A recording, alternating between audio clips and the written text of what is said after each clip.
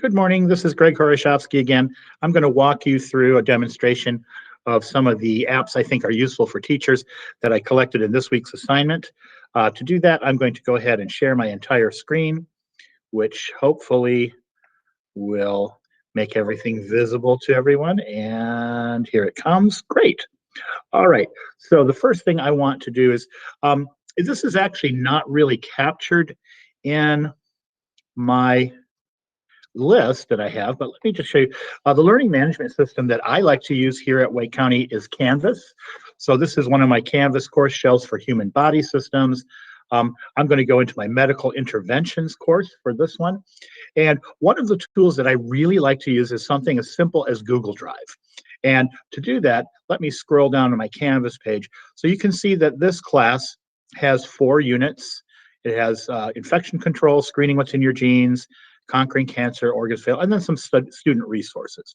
So what I have the students do is they just click on one of these buttons, which will take them into the modules that I've set up. And the modules are set up so that they reflect all of the assignments that are in each of the units. So the first day of class, what I have the kids do is we will sit down and I'll give just a quick demonstration of how Google Drive works, and they will replicate this structure in Google Drive, building a Google Doc as a placeholder for every assignment. And the way that that works great is I'll show you. Here's what one of my students did. So if I go in here and let me go into, oh, wrong, sorry guys. Wrong place, wrong Google Drive that I've got open.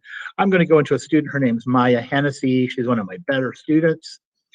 And we can see, here we are, that here's her class for medical interventions, name of the class. And if I open that class, you can see she's got Unit 1, Unit 2, Unit 3. We didn't make it into the 4th unit this year with the pandemic. But if I open up Unit 1 on infection control, you can see she's got all of her assignments in here. And we can just, I can go, if she had trouble turning something in, or if she's working on something, they share it with me. So I can go in and I can open this up and I can see here's Maya's assignment. And I can find her document there. And if for some reason she can't turn it in on Canvas, I can always jump over here into her Google Drive, and here's her assignment, and I can grade it and I can help troubleshoot. They're able to embed pictures. So normally this construction of a DNA plasmid we would do in class, but they did it at home, and I just have them embed photographs from their camera on there. So it makes it really easy for me to keep check on students. It helps them establish a lot of organization that's in there.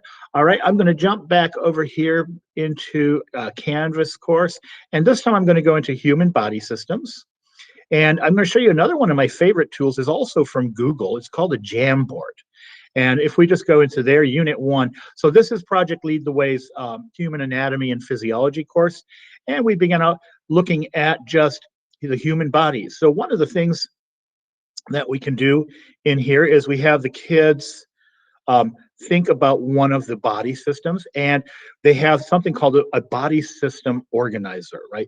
And if I just click on that link, you can see what that is sort of just an outline of a human body. Oh, is that going to load for me today? Yes, and these come from Project Lead the Way. And when we're in class, I'll print these out and we'll draw on them with colored pencils or markers or crayons or what. But for the kids during the pandemic, it was really hard because a lot of them don't have a printer at home, or maybe they have a printer but they just don't have ink. Ink is really expensive. So I got the idea to use Jamboard. So I just put a link to my Jamboard in their Canvas shell assignment, and they can jump in. And so these are the these are the body systems, the 11 systems. And I had the kids just make a Post-it note over here. So they can make a Post-it note and you can put your name on it, right? And save it. And cancel it. And then just drag your name over to where you want to be, right? So if you want, maybe I want to work with Ori over here on the lymphatic system. So I could sign up for it. And then I gave them a blank of the graphic body organizer. So if you can't print it, you can just select this, control copy it, and open over to your own sheet and just paste it right in. And now you can use the drawing tools in Jamboard to draw. So Miracle did the integumentary system, which is your largest organ system. So she just scribbled all over the body for her skin, but she didn't have to worry about it. And Esperanza had a printer at home. She didn't, but Talia and Bilia had the cardiovascular system. So they were able to scribble on here. It's not perfect, but the idea is to give them something to scribble on to kind of get an idea of how does this fit on if you were trying to draw it. And you can see they've got their arteries and their veins on there. So a really terrific thing. Another way that I use it is in my medical interventions course. The first thing we do is we do kind of a brainstorm of when we say a medical intervention, right, which is what the class is called. We do a brainstorm of what is a medical intervention. And so what we did is I did another Jamboard, and I just set a timer for maybe 3 to 5 minutes. And I tell the kids, anything you think qualifies as a medical intervention, put it on a Post-it note. You don't have to put your name on it. Just put it on here. Let's get as many as we can. And then in real time, I have the students kind of slide these over into piles. And it's really kind of cool to sit here and watch the students as these little Post-it notes move around. But you can see they kind of had organized them into medications, into medical techniques, technologies like helicopters and ambulances, or medical things, scanners, right? Hand sanitizers and face masks during a pandemic, special hospice centers or a dentist's office, right? So we use this to kind of brainstorm around there, and it's really fun to have the kids sort of do it. So Jamboard's a really terrific thing. All right, I'm going to change gears. And in my human body systems class, one of the programs that we use a lot is called BioDigital. So I'm going to go ahead here real quickly and just log into my account as a teacher.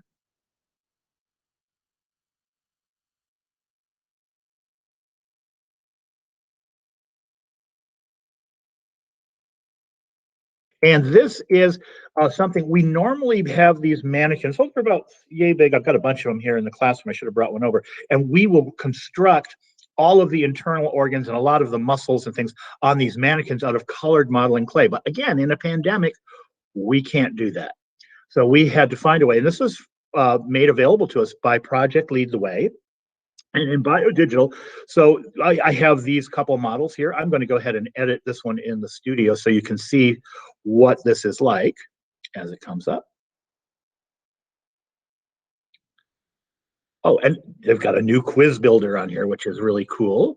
So I have not yet used that. That's a brand new thing, and I've got that. That's fine. So here's my skeleton, and I can rotate it around in all kinds of directions, right? I can click on bones, and it will tell me what they are, right? So for instance, that is the frontal bone of the cranium, right?